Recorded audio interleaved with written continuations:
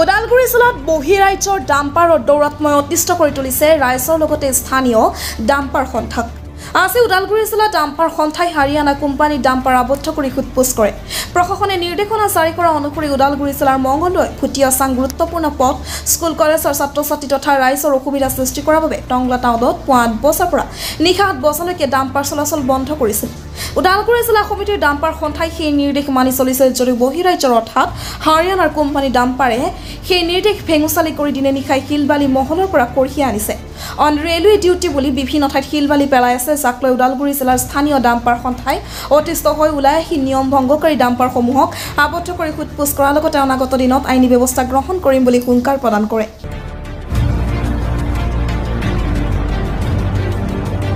মই ওদালগুৰি জিলা ডাম্পাৰ সন্থাৰ সভাপতি হয়। কথা হ'ল আজি 6 মাহমান আগত ৰাতিপুৱা 8টাৰ পৰা 10টালৈকে আৰু আবেলি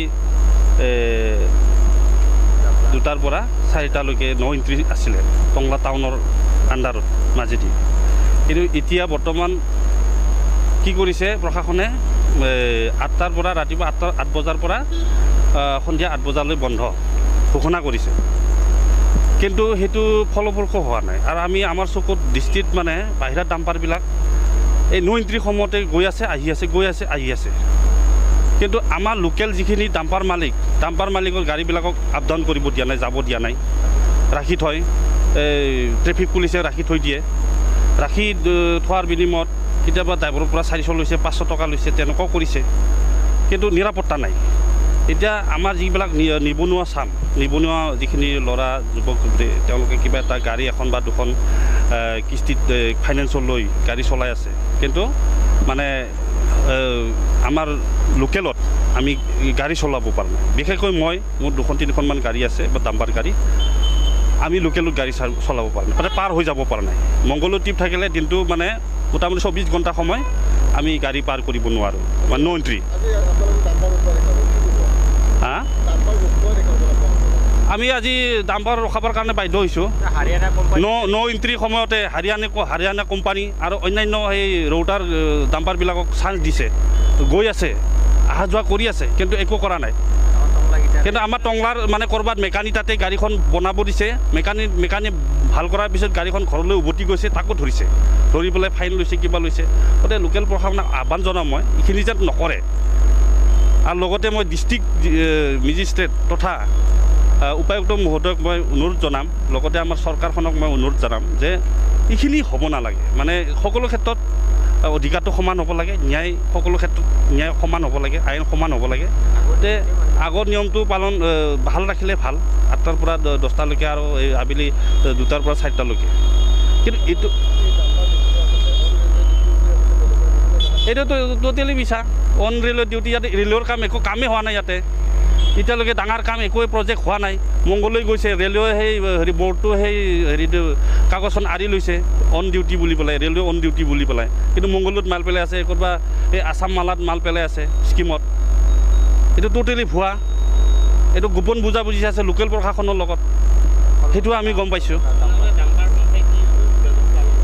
এতিয়া আমি এইটোৱে আমি বিচাৰোঁ, আমি town committee, Tangla town committee, লগতে আমাৰ DC মহোদয়ক আমি আহ্বান জনাওঁ যে অনতিপলমে এই ব্যৱস্থাটো নোহোৱা কৰিবলৈ সকলো ক্ষেত্ৰত মানে খোলা কৰি দিব লাগে। দৰকাৰ হ'লে আগৰ এই ছিষ্টেমটো বাহাল থাকক।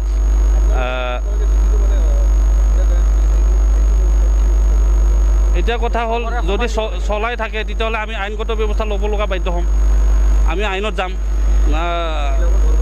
সকলোৰ ক্ষেত্ৰত আইনটো সমান হ'ব লাগিব না, কাৰণ এতিয়া গাড়ী কিস্তি দিব লাগে, প্ৰত্যেক মালিকে গাড়ী ফাইনেন্সত লৈছে, গাড়ী কিস্তি যদি কামেই কৰিব নোৱাৰে, গাড়ী চলাচল কৰিব নোৱাৰে, ৰাতি ক'ত চলিব? ৰাতিটো JCB ড্ৰাইভাৰ কেচাৰবিলাক শুই থাকে, মালিকবিলাক চব কৰ্মচাৰী শুই থাকে, ৰাতি মাল টানিব নোৱাৰে নহয়, হাতী ওলায়, নদীবিলাকত যাব নোৱাৰে। গতিকে আমি গণতান্ত্ৰিকভাৱে কথাখিনি কৈছোঁ, আমি কাৰো অন্যায় নকৰোঁ, কিন্তু কথা হ'ল আমাৰ জনসাধাৰণৰ ৰাইজৰ এটা মুনাফা হ'ব লাগে। এতিয়া মানুহে ঘৰ বনায়, কিবা বনায়, আস্তে আস্তে ক্ৰমান্বয়ে ডেভেলপ হৈ আছে, কিন্তু বালি নিব পৰা নাই, শিল ল'ব পৰা নাই।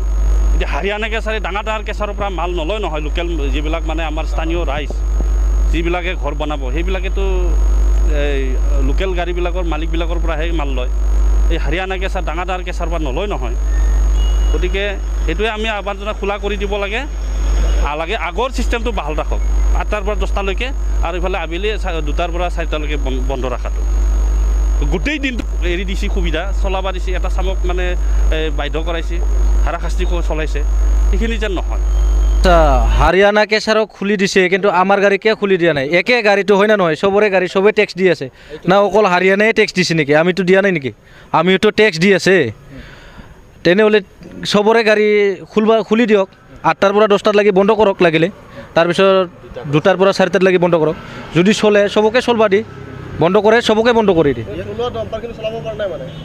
আমিওতো চলাব পৰা নাই, কাৰণ ৰাতিটোতো মাল লোড নিদিয়ে, JCB ড্ৰাইভাৰে লোড নিদিয়ে, ঘুমাই থাকে। 4টা 5টাৰ পৰা ছুটি লয় JCB ড্ৰাইভাৰে, আৰু আমি ৰাতি লোড পালোঁ দে, পাৱাৰ পিছতো আমি ক'ত পেলাম মালটো?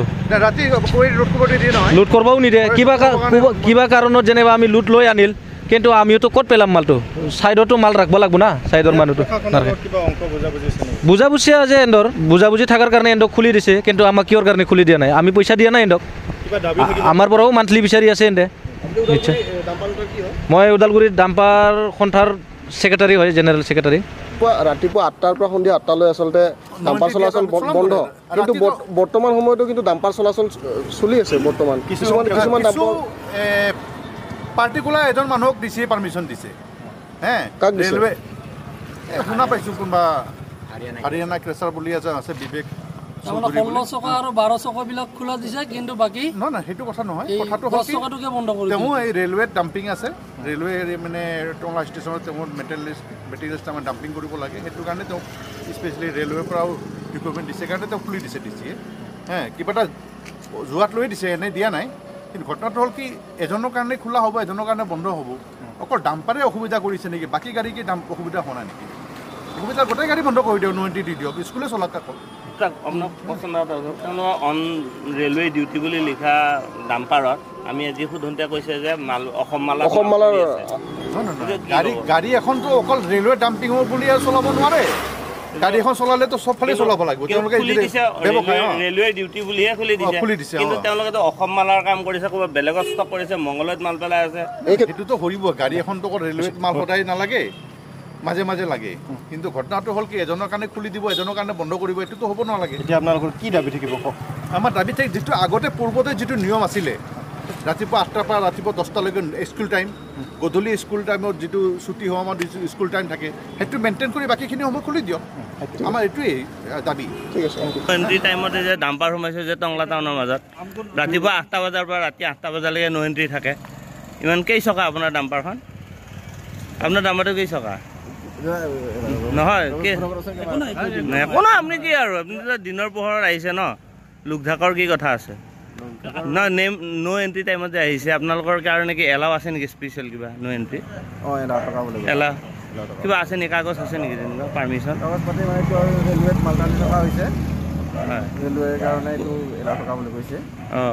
কোন কাৰ মাল এইটো? কাৰ মাল অনা নিয়া কৰে আপোনালোকে? আৰু ৰেলৰ কাৰ মাল এইটো? ৰেলৰ কাৰ মাল এইটো বিশেষ নাজানো। এতিয়া ন' এণ্ট্ৰি বুলি আপোনালোকে জানে নে নাজানে? এনেই ৰাতিপুৱা 8টা বজাৰ পৰা ৰাতি 8টা বজালৈকে সেইটো এনেই এইটো দিয়াটো হৈছিলে, কিন্তু বেলেগক আহিব নিদিয়ে, আপোনালোকক আহিব দিয়ে যে। ৰেলৱে পাৰ্মিশ্যনৰ কাগজ আছে বুলি কৈছে এতিয়া, কিন্তু আপোনাৰ হাতত নাই পাৰ্মিশ্যনৰ কাগজ নাই নেকি আপোনাৰ হাতত? ৰেলৱে এখন ডিউটি চাৰ্ট এখন আছে, সেইখনে দিছে আৰু বেলেগ আৰু কাগজ কি আছে সেইটো গম নাপাওঁ। মালটো আমি হেৰিত পেলাইছোঁ, কি বুলি কয় এইটো, দলংঘাটৰ আগত পেলাইছোঁ। তাতে গাড়ীত অন ৰেলৱে ডিউটি বুলি লিখা আছে। ৰেলৱেৰ মাল নেকি সেইটো? দলংঘাটত পেলাওঁটো ৰেলৱেটো নহয়, এইটো ৰেলৰ মাজে মাজে পৰে। ৰেলৰ এইটো PW ৰাস্তাৰ নেকি? ৰাস্তাৰ হ'ব এইটো আমাৰ। এইটো আপোনাৰ হাৰিয়ানা কোম্পানী।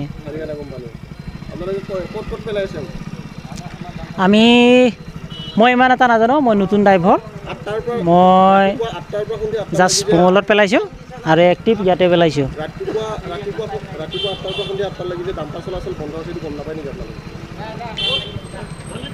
এইটো আমি 9 এণ্ট্ৰিৰ আগে ওলাই যাওঁ। আমি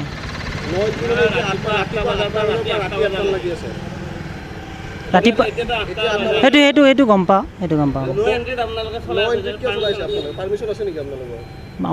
মই শিকিলা নাজানো পাৰ্মিশ্যন আছে নে নাই নাজানো চলাব দে কেনে চলাইছে